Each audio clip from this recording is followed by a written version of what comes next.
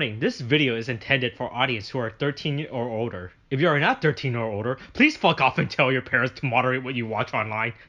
Alright, I feel like the cold open is kind of useless when we find out what the plot of the show, when the actual episode happens, right? I feel like it would have been way more impactful, right, if the scene was that Tai had to choose between two Ishiryo, and that's how he got to this point, right? I don't know why everyone was. I don't know what I know they were trying to pull a fast one on us. They're trying to pull a little, like, oh boy, did Ishiryo betray the gang, right? Right?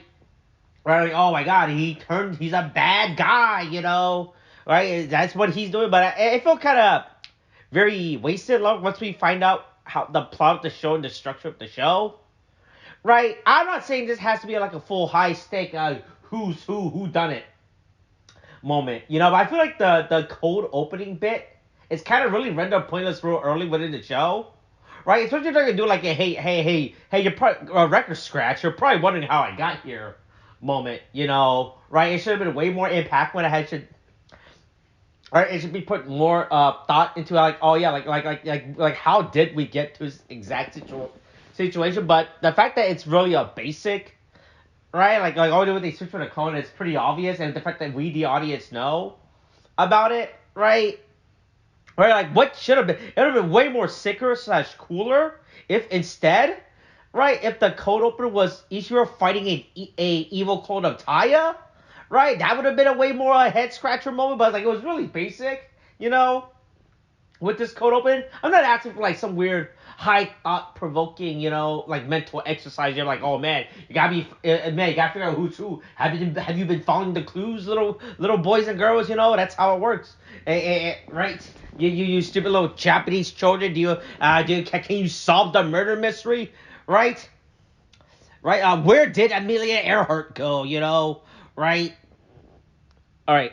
Hey, it's Bakuage Sentai Boonboomger episode 37. Two spies. It's not Spy v Spy. I feel like that would have been a way sicker title, but no, it's two spies. Does it refer to the fact that Ishiro is number 2, so he's the second spy? Like his position is number 2. That's why the twos come. Is the fact that there's two Ishiryos. That's how there are two spies, or the fact that it's Ishiryo's past business partner. Oh fuck! I did not turn on the audio on that episode. Jesus Christ! I really hope that did not get caught. It probably definitely did, because this recording records like a lot of really weird audio bits for some goddamn reason. Right. But yeah. So So it's this Ishiryo. I don't even remember the last time we had an Ishiryo of focus episode.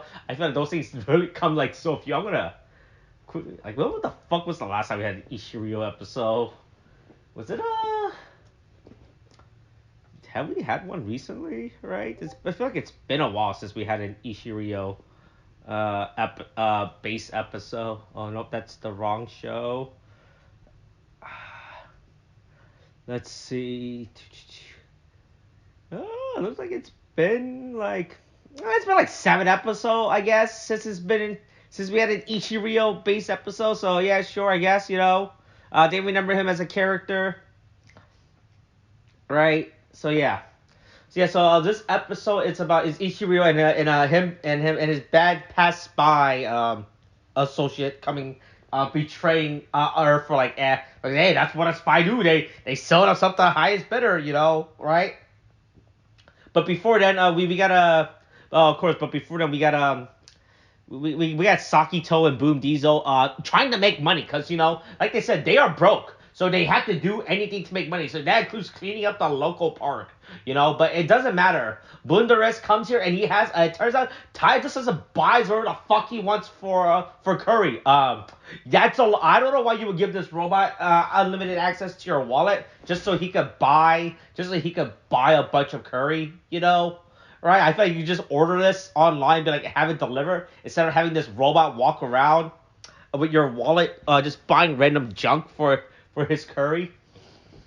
Right? Yeah, Taya's talking to his adopted father figure or whatever the fuck about, hey man, I don't trust the ISA. I don't trust this government entity, It turns out government entity might be might be really bad and that might be scheming something, and it turns out it's not good, right? Yeah, so then we get like a little backstory of Taya, which I guess his parents die, right? I don't think there's ever established within the show what happened to Taya's family. I don't remember, right? So is it implied his parents got hit by a car? Is that what's going on? You know? Right? So then he gets robbed of his childhood because he realizes, oh man, my parents are dead. Guess I have to grow up and be an adult now, This is what happens when I don't have any parents. Right? Then meanwhile our three favorite auto machine Hessians were like, oh man, hey, we lost our boss again. So now this fucking sucks. We are living in like some back quarter near some shipping container, right? Trying to survive wherever the fuck we can. Yeah.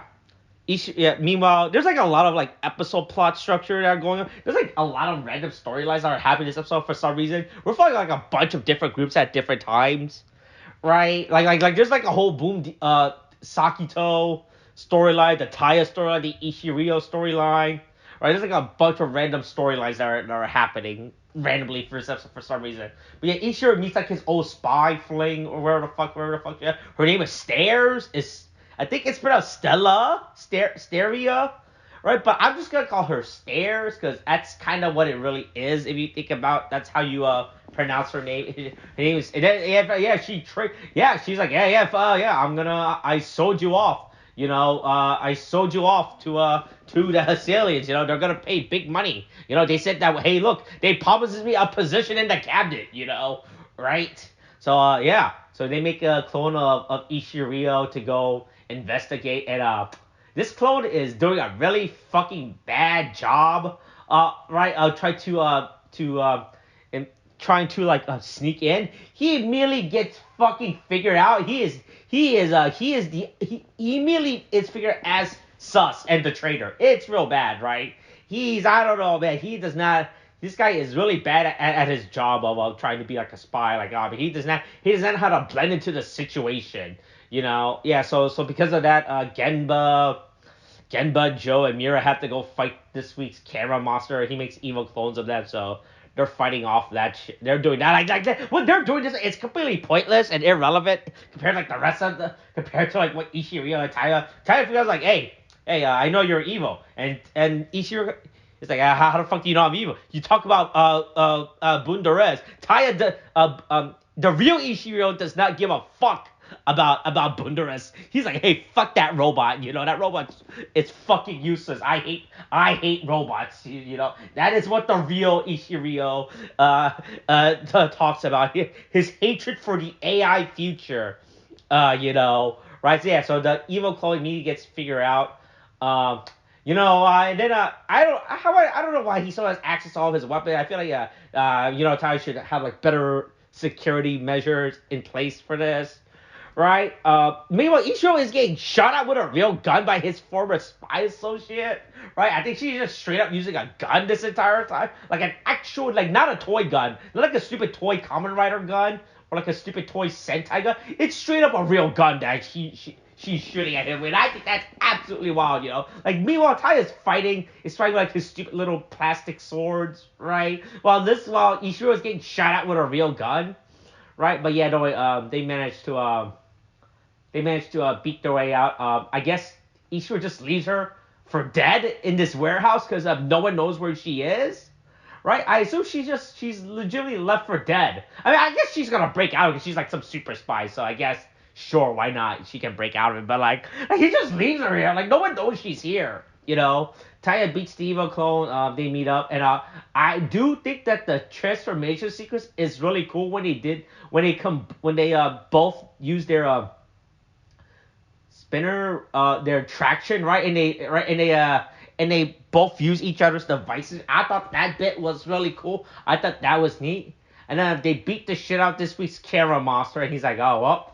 That's pretty much it. Right? Yeah. Yeah, so the stair breaks out. She did a really bad job of it. Right. Then it turns out, like I said, the ISA is just handling, it's like sending out their own goods. I don't know why we need like a third party to be involved in this show now, right? When we have to worry about Wild Spinner. Even though anything about Wild Spinner isn't here yet, and he's slowly gonna make, I guess he's slowly gonna make his way, to Earth. But like, it's really weird that we now have like the ISA, right, is being involved in this show, even though they had barely been involved, at this point. Right, so I don't know why they decide to be to be like this antagonistic party now. Right, it's really dumb. I don't like this weird ISA bit when we already have when we already have Wild Spinner to deal with. But whatever. This week's lesson is hey, wear your seatbelts properly. Right? Yeah, and look, hey, learn how to use your seatbelt. That's this week's episode. It's okay. I mean, I thought there were some good bits in this episode. Actually, I wasn't a big fan of the whole twin spy bit. I thought it was kind of badly, weakly executed. Right, I feel like they could have done way more. But I guess even if this is a children's show, I guess it's the best they can do to make it relevant for the kids to keep up. Whatever, it's fine. It's an okay episode. All right, that's all I got for this week's episode. All right, okay, thanks, bye.